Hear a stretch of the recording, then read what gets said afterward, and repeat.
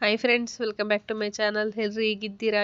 ಚೆನ್ನಾಗಿದ್ದೀರಾ ಅಂತ ಭಾವಿಸ್ತಾ ನಾನು ಇವತ್ತು ಸಿಂಪಲ್ ಆಗಿರೋ ಮುಸೊಪ್ಪು ಸಾರನ್ನ ತೋರಿಸ್ತಾ ಇದ್ದೀನಿ. ಫ್ರೆಂಡ್ಸ್, ಇದು ನಮ್ಮ ಸೈಡೆಲ್ಲ ಮುಸೊಪ್ಪು ಸಾರೆಲ್ಲ ಮಾಡಲ್ಲ. ಉತ್ತರ ಕರ್ನಾಟಕ ಸೈಡು ಸೊಪ್ಪು ಸಾರು ಅಂತ ಹೇಳಿ ಮಾಡ್ತಾರೆ, ಮಿಕ್ಸ್ ಸೊಪ್ಪು ಸಾರು ಅಂತೇಳಿ. ಈ ಸೈಡು ರುಬ್ಬಿ ಎಲ್ಲ ಮಾಡ್ತಾರಲ್ವ, ಆ ಥರ ಮಾಡಲ್ಲ.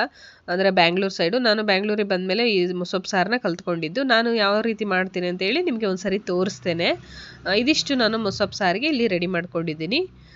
ಹೆಸರು ಕಾಳನ್ನ ಸ್ವಲ್ಪ ತೊಗೊಂಡಿದ್ದೀನಿ. ನಾನಿಲ್ಲಿ ಒಂದು ಅರ್ಧ ಬೌಲು ತೊಗರಿಬೇಳೆ ತೊಗೊಂಡಿದ್ದೀನಿ. ಹಾಗೆ ಒಂದು ಅರ್ಧ ಕಟ್ಟು ಮೆಂತ್ಯ ಸೊಪ್ಪು ಕಟ್ ಮಾಡಿ ಇಟ್ಟಿದ್ದೀನಿ, ಚೆನ್ನಾಗಿ ವಾಶ್ ಮಾಡಿ. ಹಾಗೆ ಅರ್ಧ ಕಟ್ಟು ಸಬ್ಸಿಗೆ ಸೊಪ್ಪು, ಅರ್ಧ ಕಟ್ಟು ಪಾಲಕ್ ಸೊಪ್ಪು, ಹಾಗೆ ಒಂದು ಕಟ್ ಮಾಡಿ ಇಟ್ಕೊಂಡಿರೋ ಟೊಮೆಟೊ, ನಾನು ಸ್ವಲ್ಪ ಹುಣಸೆಹಣ್ಣು ಹಾಕ್ತೀನಿ.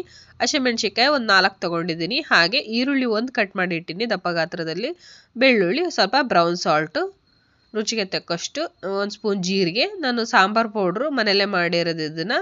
ಹಾಗೆ ಅರಿಶಿಣನ ಸ್ವಲ್ಪ ಜೊತೆಗೆ ಇಟ್ಟಿದ್ದೀನಿ.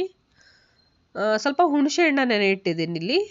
ನೆಕ್ಸ್ಟು ಕುಕ್ಕಿಂಗ್ ಆಯಿಲು ಒಗ್ಗರಣೆಗೆ, ಸ್ವಲ್ಪ ಸಾಸಿವೆ ಇಟ್ಟಿದ್ದೀನಿ. ಹಾಗೆ ಒಣಮೆಣ್ಸಿಕಾಯಿ ಜಜ್ಜಿ ಇಟ್ಕೊಂಡಿರೋ 2 ಬೆಳ್ಳುಳ್ಳಿ, ಕರ್ಬೇವಿನ ಸೊಪ್ಪು, ಕಟ್ ಮಾಡಿ ಇಟ್ಕೊಂಡಿರೋ ಕೊತ್ತಂಬರಿ, ಸಾಸಿವೆ, ಇಷ್ಟು ನಾನು ಒಗ್ಗರಣೆಗೆ ಇಲ್ಲಿ ರೆಡಿ ಮಾಡ್ಕೊಂಡಿದ್ದೀನಿ.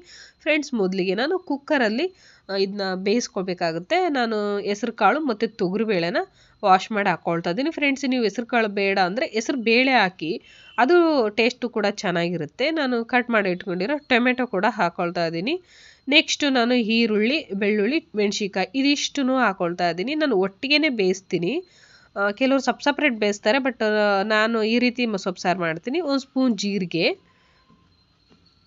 ಪಾಲಕ್ ಸೊಪ್ಪು, ನೀವು ಕಟ್ ಮಾಡಲಿಲ್ಲ ಅಂದರೂ ನಡೆಯುತ್ತೆ, ಮಿಕ್ಸಿಗೆ ಹಾಕೋರು. ನಾನು ಅಷ್ಟೊಂದು ಮಿಕ್ಸಿಗೆ ಹಾಕಲ್ಲ, ಸ್ವಲ್ಪ ತರಿ ಹಾಕ್ತೀನಿ. ಸೊ ಅದಕ್ಕೆ ಕಟ್ ಮಾಡಿ ಇಟ್ಟಿರ್ತೀನಿ. ಸ್ವಲ್ಪ ಮೆಂತ್ಯ ಸೊಪ್ಪು, ನೆಕ್ಸ್ಟು ಸಬ್ಸಿಗೆ ಸೊಪ್ಪು, ನಾನು ಸ್ವಲ್ಪ ಬ್ರೌನ್ ಸಾಲ್ಟ್ ಹಾಕ್ತಾ ಇದ್ದೀನಿ. ನೀವು ಸಾಂಬಾರು ಒಗ್ಗರಣೆಯಲ್ಲಿ ಬೇಕಾದ್ರೆ ಹಾಕ್ಕೋಬೋದು. ನಾನು ಸ್ವಲ್ಪ ಬೇಯುವಾಗ ಹಾಕ್ತೀನಿ ಸೊಪ್ಪು. ಸೊ ಅದಕ್ಕೆ ನಾನು ಒಂದು 2 ಗ್ಲಾಸ್ ಆಗೋಷ್ಟು ಇಲ್ಲಿ ನೀರು ಹಾಕ್ಕೊಳ್ತಾ ಇದ್ದೀನಿ.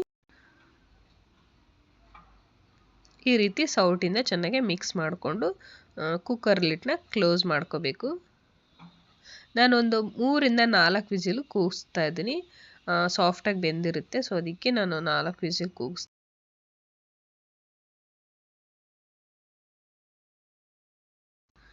ಫ್ರೆಂಡ್ಸ್, ಇದು 4 ವಿಸಿಲಾಗಿ ಸಾಫ್ಟಾಗಿ ಬೆಂದಿದೆ. ಇದು ನಾನು ಸ್ವಲ್ಪ ಒಂದು ತಟ್ಟೆಯಲ್ಲಿ ಸೊಪ್ಪನ್ನೆಲ್ಲ ತೆಗೆದು ಕೂಲ್ ಆಗ್ಲಿಕ್ಕೆ ಇಟ್ಟಿದ್ದೀನಿ. ಹಾಗೆ ಇದ್ರ ಕಟ್ಟು ಸಹ ನಾನು ಒಂದು ಪಾತ್ರೆಯಲ್ಲಿ ಎತ್ತಿಟ್ಕೊಂಡಿದ್ದೀನಿ, ಚಿಕ್ಕ ಪಾತ್ರೆಯಲ್ಲಿ.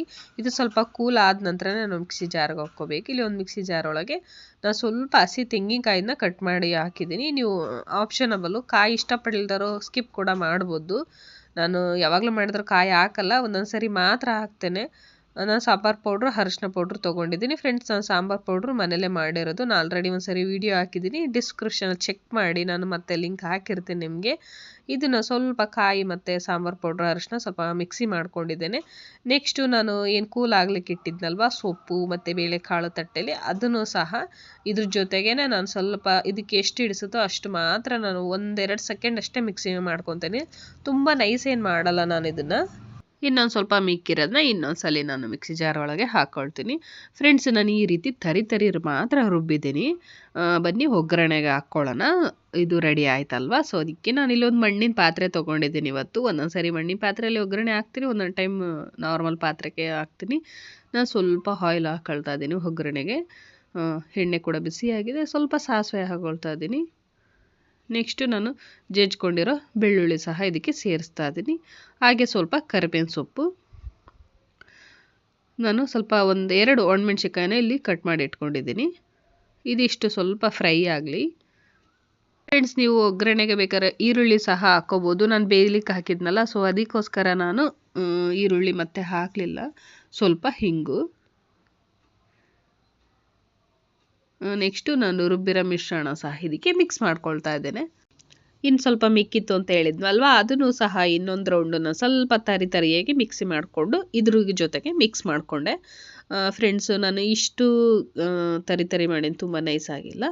ನಾನು ಇನ್ನೇನು ಸ್ವಲ್ಪ ಮಿಕ್ಸಿ ಜಾರ್ ಒಳಗೆ ಸ್ವಲ್ಪ ನೀರು ಹಾಕಿ ಅದನ್ನು ಸಹ ಇದಕ್ಕೆ ಸೇರಿಸ್ಕೊಂಡೆ.